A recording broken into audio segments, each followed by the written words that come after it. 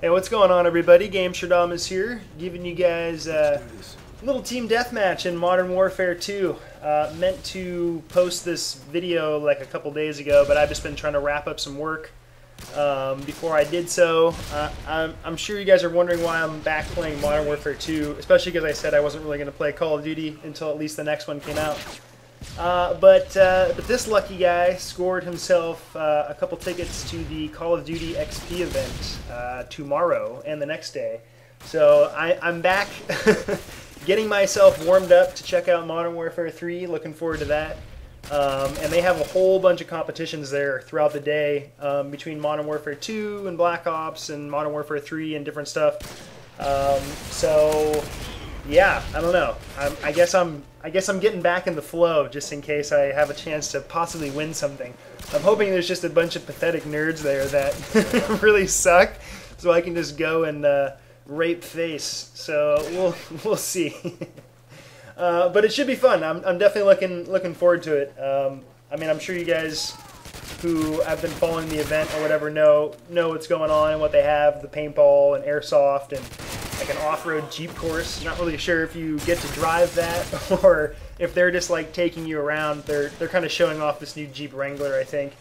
But yeah, they also have an open bar as well. So in my mind, between an open bar, paintball, and Jeep off-roading, there's definitely going to be fights and someone might die. So we'll see. Maybe you have to like take a breathalyzer before you get in the Jeep or something. But it should be fun. I guess they're bringing in a whole like armory of different weapons from the game to check out. A bunch of like exclusive things. I guess you actually get a free copy of the like hardened edition of Modern Warfare 3 when that comes out. So that's a pretty big score. So happy about that. But yeah, I don't know if you guys are familiar with BlizzCon at all. That's Blizzard's big event that they do down in Anaheim, I believe, right? Something like that. But anyway, yeah, BlizzCon's been incredibly successful, pretty much because of World of Warcraft. Just because of the guilds and the communities that really got built there, because people played that game forever. I know someone who's logged like 300 or like, what is it, 278 days or something ridiculous. That's ridiculous. That's like a couple years of your life, you know. So anyway, all these guilds and all these people really get to know each other, and you know, people have gotten married. And there's like lifetime friendships. My brother really got into that game when he was like 14 or 15, and played that hardcore for like a year or two, and still has friends from that. I've gone to BlizzCon with him just to check it out, and it was kind of a crazy event. I mean, they sell out like, I don't know, 10 or 20,000 tickets at $150 this year in like a second, like 10 seconds, like just something ridiculous. So I feel like Activision's trying to build that same community around Call of Duty. You know, it's obviously been very successful. Lots of people play it. It's, you know, kind of a household name, I guess, now. For people who know video games, like, oh, Call of Duty. So this is like their first kickoff event, I think, to try to do that. And I'm good friends with Josh Olin, the community director at Treyarch. He was telling me that they put like $8 million into the event or something ridiculous. So they're obviously not going to make a profit on it in terms of like ticket sales and different things like that. I think it's just more of just kind of promote it and get it on its feet. A lot of giveaways, a lot of contests this year.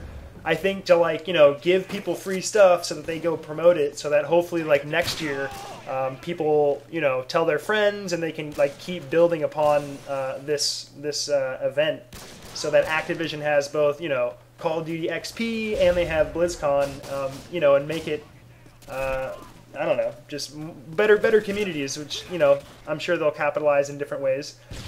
Blizzard definitely has.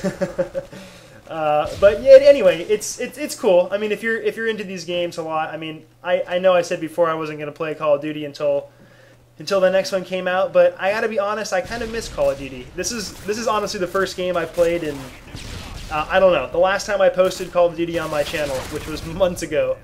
So I don't know, I guess I still have something in the tank, but it's a very fun game. It's, you know, very arcadey, very fast paced.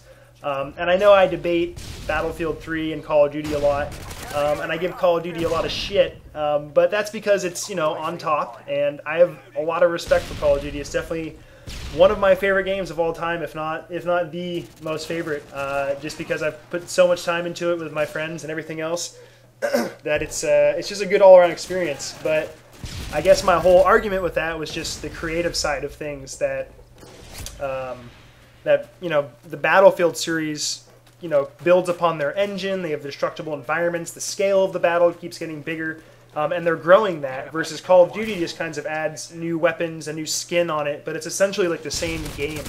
And I just hope that, you know, eventually they expand that to like an MMO or just bigger scale, just to stay progressive, because otherwise, you know, games like Battlefield and you know, Rage or whatever is going to come up and start siphoning people off, and then, you know, Call of Duty will eventually might die.